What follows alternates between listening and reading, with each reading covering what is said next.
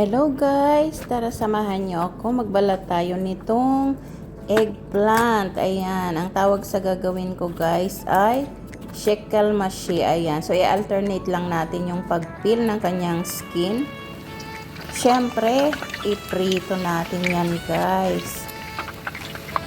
Ayan. Hayaan natin na mag golden brown siya. Ayan. Ganyan lang ang itsura niya guys. Meron na nga pala akong ganito guys, kaya lang yun ay para sa patpe. Kaya gagawa tayo ng separate para sa shekel mashi lang.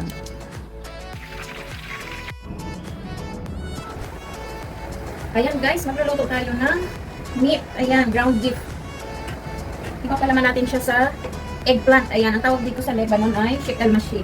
So ayan guys, kung mainit yung ating kawali, lagyan natin ng oil.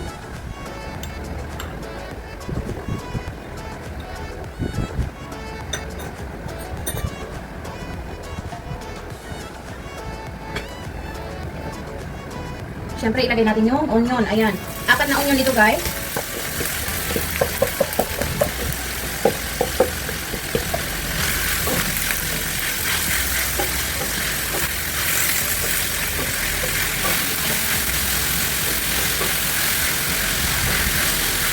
Ayan. Habang ginigisa natin yan, isabay na natin yung pine nuts. Ayan, guys. Lagyan natin ng pine nuts. Gamit na gamit ito dito guys sa Lebanon kapag nagluluto. Ayan, isasabay ko na siyang igisa. Ayan guys, pwede naman kainin yan guys ng diretso.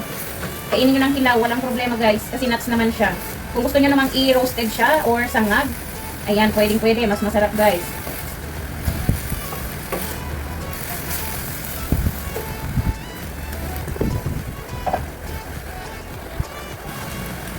Ayan guys, haluin natin.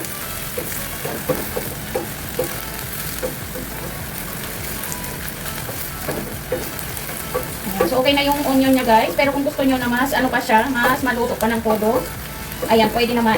Pero okay na ito guys. So ilalagay na natin yung ating ground beef. Ayan, so pwede kayong gumamit ng ground beef, ground lamb. Or kung gusto nyo namang pork, pwede rin naman.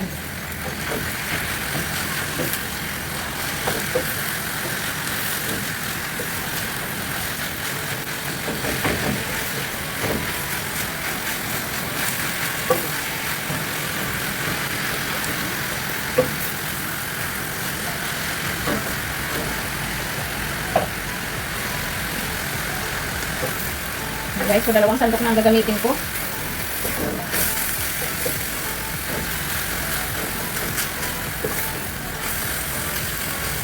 Kailangan natin durug-durugin yung giniling guys, yung ating ground beef. Kasi nagbubuo-buo siya. Kailangan nyo talagang durugin ng sandok.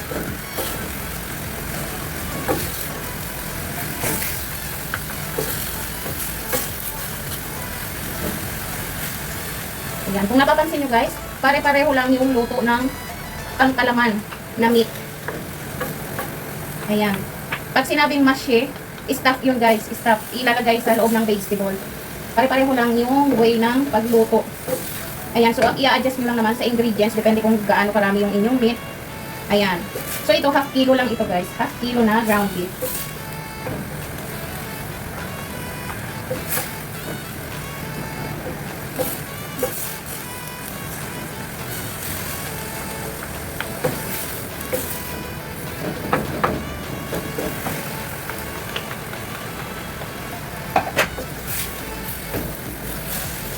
Ayan, pwede na tayo maglagay ng spices.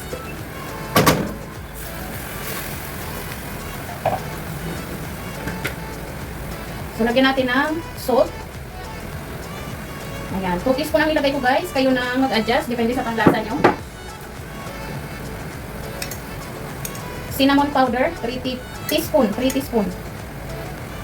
Ayan.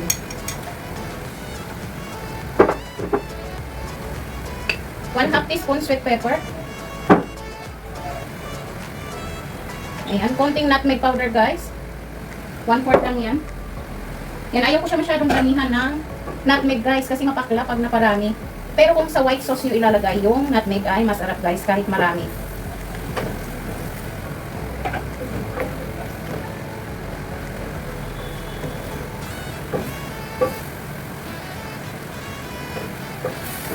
So, halu-haluin lang natin guys hanggang sa maluto yung ating ground beef.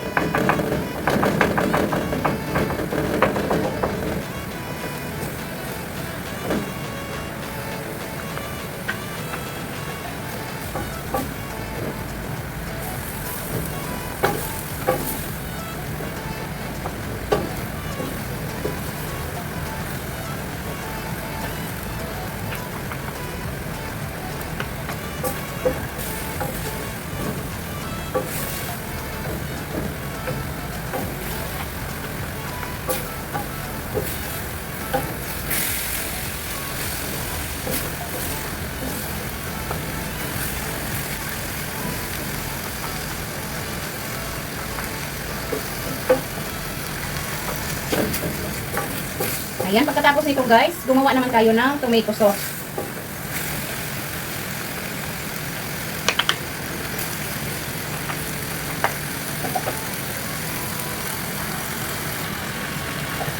Ayan guys, haluin natin. Okay na to guys. Luto na siya.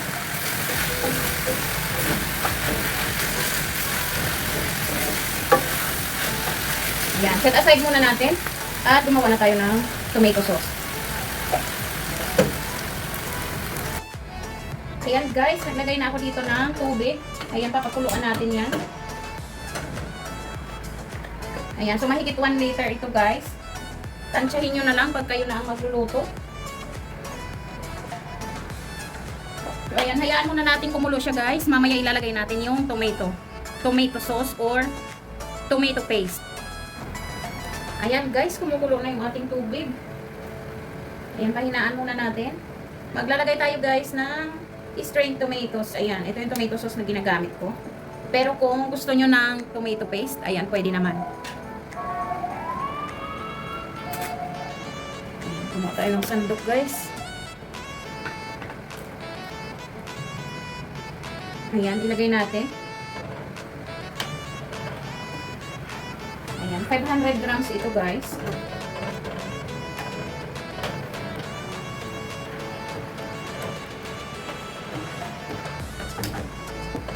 So, iuubos ko na siya para hindi maputla yung kulay ng ating pasta. Ayan. Kung gagamit kayo ng tomato paste, nagulol na ako guys. Kung tomato paste ang gagamitin nyo, maglagay kayo ng 3 to 4 tablespoon na tomato paste.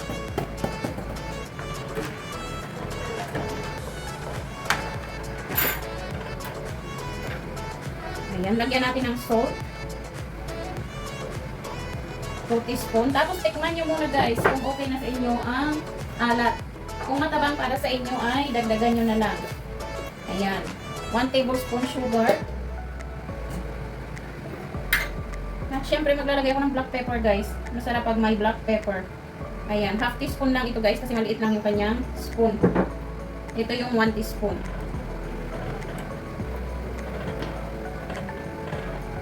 Ayan. So hayaan nyo lang na kumulo para matunaw yung ating mga nilagay na asin at sugar. Siyempre, huwag niyong kalimutan guys, tikman nyo kung okay sa inyo yung lasa. Kapag matabang, kayo na ang magdagdag guys. Kayo na mag-adjust ng lasa. Ayan, so ganyan lang naman ang paggawa ng sauce guys.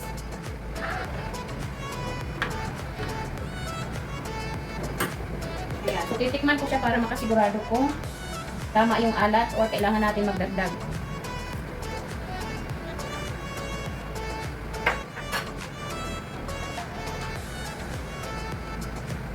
Guys, maglagay tayo ng half teaspoon na asin.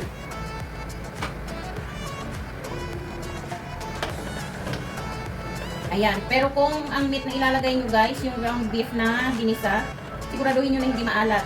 Kasi kung naalatan nyo yun, huwag nyo masyadong paalatin itong ating tomato sauce.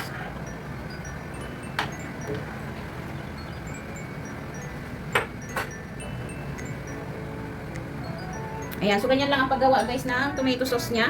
Pag gumulo yan, okay na, tapos na siya. So pwede na natin i-continue yung ating eggplant.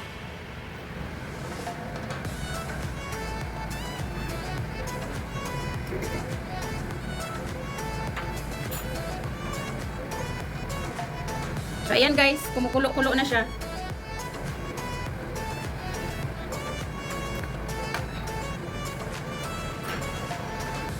haluin natin for the last time para sigurado kong tunaw na yung ating nilagay na asin at asukal.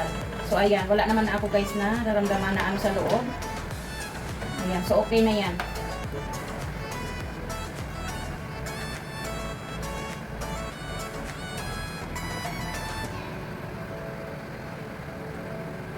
Ayan na guys, stop na natin.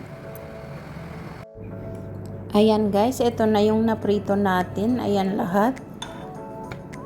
Ayan, so ganyan guys, hihiwain nyo sa gitna. Tapos, tumamit kayo ng fork. Pwede namang hindi na, yung kamay nyo na lang. At saka ilagay nyo na yung meat. Ayan, so ganyan guys, ang shekel mashi. So ayan, ituloy-tuloy lang natin guys hanggang sa matapos yung iba pang mga eggplant.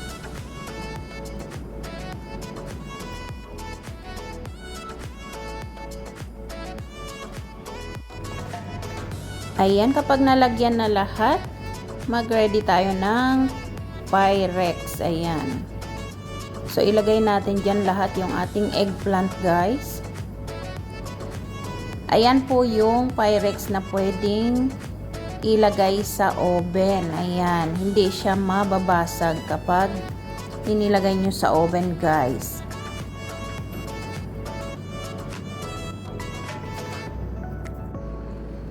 Ayan, kapag nalagyan na lahat, ilagay na natin yung ating tomato sauce. Ayan, syempre gagamit kayo niyang pansandok guys. Huwag niyong ibuhos ng diretso at baka matanggal yung ating mga meat.